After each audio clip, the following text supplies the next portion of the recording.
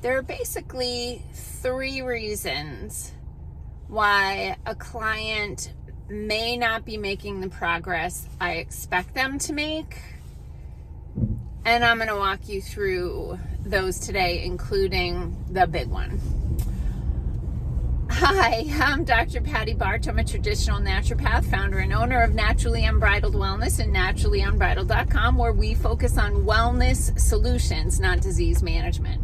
This is Down the Ridge with Dr. Patty, where I give you 7 to 10 minutes of holistic life and wellness information on my way to work. This is not medical advice. This is for entertainment purposes only. Listen to the people that you put in charge of you. Okay, so it is rare that a client comes in and we have like these check-in forms that they can write how they're progressing, like things are improving, things are resolved, that sort of thing, or things have gotten worse, right? And inevitably there are basically 3 categories that can be the reason why someone isn't making the progress that I would expect them to make, or that I've seen other people make, and it's a little bit like, what the heck? But one is they're not doing what I recommended. Maybe they didn't purchase the products that I recommended, or they're not taking them like they're supposed to, or they haven't made the dietary or lifestyle changes that were recommended, right? There's just some kind of issue with them not following the roadmap, okay? So that's one. The other one that's super common, and probably the most common actually, is the reasons they have come to see me are side effects of their medications, and we haven't realized that yet.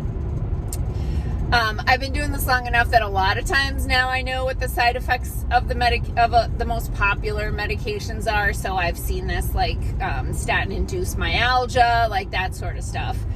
But very often, if people haven't made progress, I gotta start bringing up their side effects of their medications online, and looking like, oh, look at those 5 things you came to see me for are all listed as side effects of your medication. So that's really the most common one.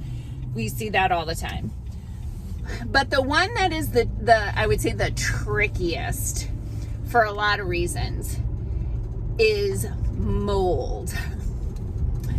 Man, mold is tough. And it's tough for a lot of reasons. So one is the symptoms of mold exposure or mold toxicity. And molds are living things, and they have byproducts, or they manufacture something called mycotoxin. Myco just is related to molds and fungi, and the toxin is obviously toxic, and so it's well known that a lot of molds make toxins, and penicillin technically is a toxin that's made by mold, but aflatoxin is a really common one. But regardless, the symptom profile of mold exposure is vast. So people can express the signs of mold exposure, mold toxicity in a variety of ways. So I have seen some patterns with certain cases where it will often mimic Lyme disease. And sometimes it's even trickier because it turns out that it's both Lyme disease and mold exposure. Now, the biggest, there's so many. Another challenge with the medical model is the whole differential diagnosis thing, where they're trying to figure out the one thing that's the problem, when in fact people can have a collection of things contributing to the problem, which makes it difficult to call it one thing, because it isn't. But with mold, some of the things that I've seen, I've had a few recent cases of young women that they have menstrual issues, irregularity, and severe discomfort with their period, heavy flow, almost incapacitating, and then it might be 38 days for a cycle, and then the next one's 16 days, right? So I see that sort of thing. There's often dermal patterns, so skin issues. So it can be acne or rashes or hives. Definitely fatigue, headaches, brain fog, aches and pains, all those sorts of things. So the biggest challenge with mold is it's often in the place that you are living. Now, if people, especially like I see this in people who live in basement apartments or college housing the most. Many years ago, I had a virtual client who lived in, I think, Chicago, actually. And she wasn't getting better. And I was just like, is there any chance there's mold in your apartment? And she thought maybe there was, because like the windows sweat. With certain temperature changes, the windows would sweat, which can be an indication that there's some mold in the house. Of course, old houses, especially those with like stone basements, dirt floor basements, any house that has ever had any kind of flooding, whether it be from the bottom up, water coming up through the basement, or a leaky roof, or a burst pipe, or a bad drain, poor shower installation, right? Like these things can add up. And so the challenge is that they need to get out of that house. Like multiple cases now of clients that have had this, I'll call it mold syndrome.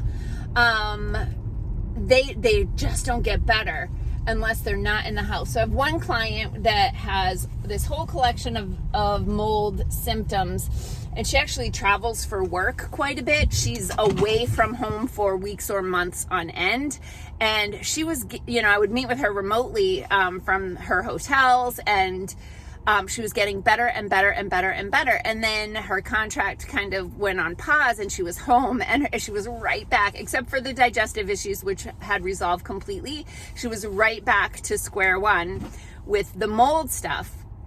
I had two other cases of young women. One was living in a basement apartment. One was living in college housing. Both of them, as soon as they got out of those residences, they started making improvements. One of them had to go back to that apartment, the basement apartment, to clean it. When you leave an apartment, you have to leave it clean. So she had moved her stuff out, was getting settled in the new place, but then had to go back to clean the apartment. And just going back, she had a huge flare of symptoms. So obviously there are mold remediation companies out there. It's extremely expensive. So a lot of landlords won't bother with it. So I suggest calling the health department. But when it's your own home, it becomes can become a significant investment to get people in. They got to take walls down. They may have to replace structural things like 2x4s and flooring, and all of that can be a big deal. But the people will not get better. It is a hamster wheel. Like, we might be able to have a little bit of improvement, but then you get like a rainstorm or a hot day and the mold goes through the roof. In the meantime, ventilation is your friend. So having open windows or even just fans moving the air around, that can be beneficial. But fundamentally, just like continuing to take a medication that you are experiencing negative side effects, there's no herb, there's no homeopathic remedy, there's no nutrient in the world that's going to fix that if you keep taking that poison. And if you keep being exposed to mold, there's no remedy that's really going to help. You've got to get out of that situation, and then you can get your body to detox. It's a process, but get your body to detox the mold and the mycotoxins. So what day is it? It's Thursday. So I will talk to you guys tomorrow. Peace out, peeps. Have a healthy day.